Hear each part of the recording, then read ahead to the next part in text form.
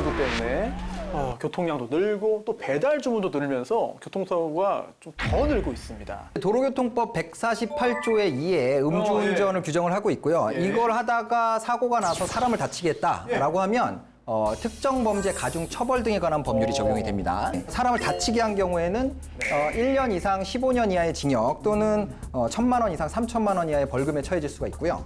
사망 사고인 경우에는 3년 이상의 징역 또는 무기징역까지 그렇게 처벌이 될 수가 있어요. 해외 관련해서 댓글이 있었잖아요. 있었죠. 러시아의 경우에는 기존에 음주운전으로 면허가 취소된 사람이 또 다시 음주운전으로 적발이 되거나 혹은 아까 이제 말씀하셨지만 음주 측정을 거부만 하더라도 600만 원의 벌금, 법원 판결로 이제 사회봉사 480시간, 2년의 강제 노역. 더 강력한 나라가 있는데요. 한치 운전으로 만약에 적발이 됐다, 이러면 바로 형사재판으로 넘겨집니다. 판결로 선고할 수 있는 최고형에 제한이 없어요. 음주운전으로 사망자를 낸 운전자에게 사형이 선고됐고 실제로 집행된 사례도 있다라고 합니다. 와, 이건 진짜 우리나라의 댓글 민심이 법인 거죠, 중국은. 사망 사고가 나면 그 운전자에 대한 어떤 막 분노가 일잖아요. 이거를 중국은 법정 최고형을 구형할 수 있는 법을 갖고 있는 체계입니다. 송파 가락고등학교 사거리에서요. 반대 차선에서 역주행으로 오던 차량이 정면을 추돌하는 사고가 있었습니다.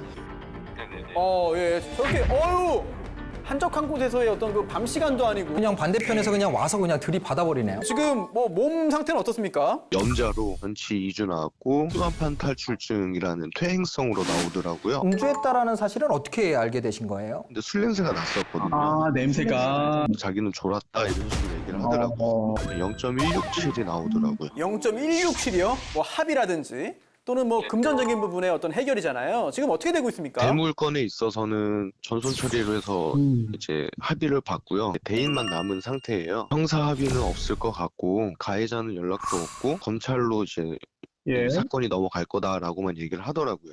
일단 보험사한테 휘둘리지 않는 방향으로 최대한 이제 저는 피해자 입장으로 타당한 합의금을 이제 받고 싶은 거죠. 그 보험사에서는 가이드라인을 갖고 있어요. 어떻게 됐을 때는 얼마까지 지급을 한다. 사실 협상을 하는 과정에서는 그 이상의 금액을 받아내기가 쉽지는 않아요. 민사적인 합의금을 생각을 하신다고 하면 일단은 충분히 치료를 받으시고 보험금의 소멸시효가 3년입니다. 3년. 그래서 그 안에 청구를 제대로 하지 않으면 소멸시효 완성으로 아예 청구를 할 수 없는 경우가 생길 수 있기 때문에 치료가 좀 길어진다거나 그러면서 이제 치료를 하는 과정에서도 보험사가 이제 치료비를 대주고 하거든요. 그런 것들은 이제 소멸시효 중단 사유가 되기 때문에 충분히 치료를 받으신 다음에 최종적으로 더 이상 나아지지 않는 상태가 어느 정도 상해인지 평가를 받으시고 그리고 합의금을 결정을 하시면 될 것 같아요. 두 달 전쯤에 사고가 났는데 친정집에 갔다가 집으로 돌아오던 중이었는데요. 12시가 다 된 11시가 넘는 시간이었어요. 아, 밤이요? 한 차가 멈춰서 있더라고요. 늦은 시간이라서 걱정도 좀 되고 위험해 보여서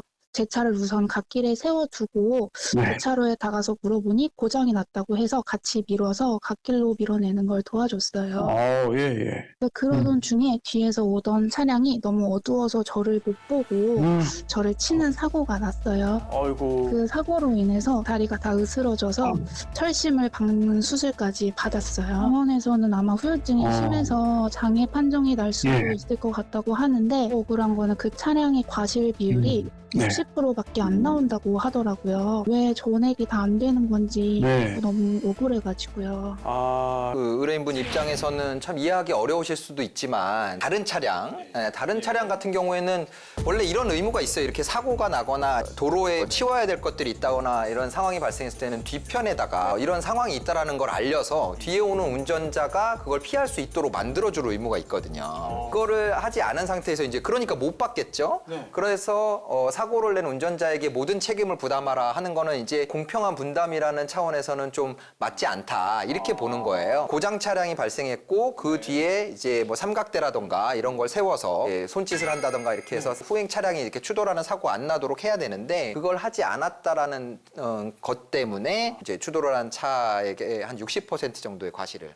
뭐 다른 그러면 구제 방법은 전혀 없는 건가요? 의사상자 구호제도, 지원제도라는 것이 있기는 한데 자신의 생명과 신체 위험을 무릅쓰고 구조 행위를 하다가 죽거나 다친 사람이 있는 경우에는 국가에서 지원을 해준다 뭐 이런 제도예요. 보건복지부의 이 의사상자 심사위원회 신청을 해서 인정을 받으면 어느 정도 보상금을 지급받을 수 있는데 이제 지원을 해줄 만한 상황을 좀 엄격하게 보기 때문에 지원하면 될 것이다 뭐 이렇게 확실하게 말씀드리기는 어렵습니다. 그러니까 사람이 막 지금 뭐 사상의 위험에 처해 있거나 뭐 그렇다기보다는 이제 도로상에 이렇게 서 있으니까 위험해 보여서 이렇게 한 거기 때문에 여기에 해당될지 안 될지는 모르겠지만 어쨌든 좀 이미 좀 장애 판정이 나올 정도로 크게 다치신 부분도 있고 좋은 일 하시려다가 한 거니까 그런 부분 그런 제도들을 한번 활용해 보시는 것도 좋을 것 같아요.